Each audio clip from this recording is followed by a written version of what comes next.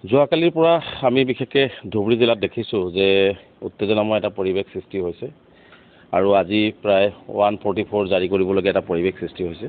গতিকে মই ধুবুৰীবাসী ৰাইজক আহ্বান জনাইছোঁ যে আমি সকলোৱে ইয়াত মিলিজুলি সকলো ঠাইতে বসবাস কৰিব লাগিব। কোনেও যাতে কোনো ধৰণৰ সাম্প্ৰদায়িক বিষয়বস্তু বিয়াবলৈ চেষ্টা নকৰে, কোনেও যাতে এনেকুৱা ধৰণৰ সংঘাত সৃষ্টি নকৰে, তাৰ কাৰণে আমি আহ্বান জনাইছোঁ। সকলো পক্ষকে আমি শান্তি সম্প্ৰীতি বজাই ৰাখি আমি আমাৰ অঞ্চলবিলাক সুৰক্ষিত কৰিবৰ কাৰণে সকলোকে মই আহ্বান জনাইছোঁ।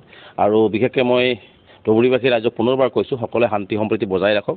যদি ক'ৰবাত কিবা ঘটনা হৈছে তৎকালীনভাৱে জিলা প্ৰশাসনৰ লগত যোগাযোগ কৰি সেইখিনি সমাধান কৰাৰ কাৰণে ৰাস্তা উলিয়াবৰ কাৰণে আহ্বান জনাইছোঁ। আমি ইজনে আনজনক শ্ৰদ্ধা কৰিব লাগিব, ইটো সম্প্ৰদায় সিটো সম্প্ৰদায়ৰ প্ৰতি আমি শ্ৰদ্ধাশীল হ'ব লাগিব, তেতিয়াহে আমি এখন সুস্থ সমাজ গঢ়িব পাৰিম। গতিকে মই সকলো পক্ষৰ হৈ শ্ৰদ্ধাশীল হৈ সন্মান সহকাৰে মই ভাবোঁ যে আলাপ আলোচনাৰ জৰিয়তে যদি কিবা সমস্যা থাকে সেইখিনি সমাধান কৰাৰ আহ্বান জনাইছোঁ। আৰু উৰা বাতৰিক বিশ্বাস নকৰি, কাৰণ বিভিন্ন সময়ত দেখিছোঁ যে উৰা বাতৰিয়ে আচলতে আমাৰ মাজত বহু ভুল বুজাবুজি সৃষ্টি কৰে। গতিকে উৰা বাতৰিত বিশ্বাস নকৰি, গতিকে উৰা বাতৰিক যদি কোনোবাই বিয়পাইছে বা উৰা বাতৰি উৰিছে সেইখিনি আমি জিলা প্ৰশাসনৰ লগত হওক, লোকেল এডমিনিষ্ট্ৰেশ্যনৰ লগত হওক আলোচনা কৰি সেইখিনি বস্তু আমি কনফাৰ্ম হ'ব লাগে।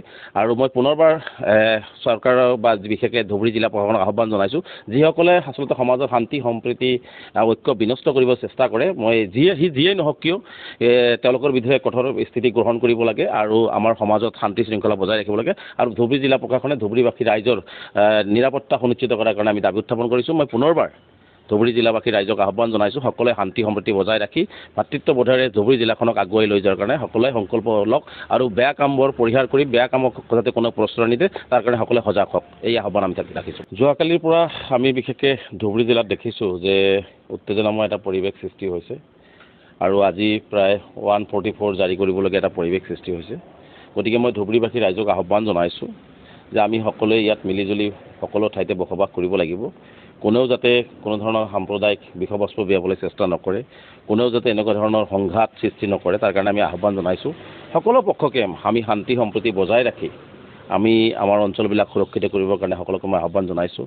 আৰু বিশেষকৈ মই ধুবুৰীবাসী ৰাইজক পুনৰবাৰ কৈছোঁ, সকলোৱে শান্তি সম্প্ৰীতি বজাই ৰাখক।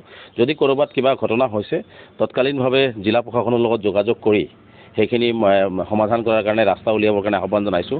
আমি ইজনে আনজনক শ্ৰদ্ধা কৰিব লাগিব, ইটো সম্প্ৰদায় সিটো সম্প্ৰদায়ৰ প্ৰতি আমি শ্ৰদ্ধাশীল হ'ব লাগিব, তেতিয়াহে আমি এখন সুস্থ সমাজ গঢ়িব পাৰিম। গতিকে মই সকলো পক্ষৰ হৈ শ্ৰদ্ধাশীল হৈ সন্মান সহকাৰে মই ভাবোঁ যে আলাপ আলোচনাৰ জৰিয়তে যদি কিবা সমস্যা থাকে সেইখিনি সমাধান কৰাৰ আহ্বান জনাইছোঁ। আৰু উৰা বাতৰিক বিশ্বাস নকৰি, কাৰণ বিভিন্ন সময়ত দেখিছোঁ যে উৰা বাতৰিয়ে আচলতে আমাৰ মাজত বহু ভুল বুজাবুজি সৃষ্টি কৰে। গতিকে উৰা বাতৰিত বিশ্বাস নকৰি, গতিকে উৰা বাতৰিক যদি কোনোবাই বিয়পাইছে বা উৰা বাতৰি উৰিছে সেইখিনি আমি জিলা প্ৰশাসনৰ লগত হওক, লোকেল এডমিনিষ্ট্ৰেশ্যনৰ লগত হওক আলোচনা কৰি সেইখিনি বস্তু আমি কনফাৰ্ম হ'ব লাগে।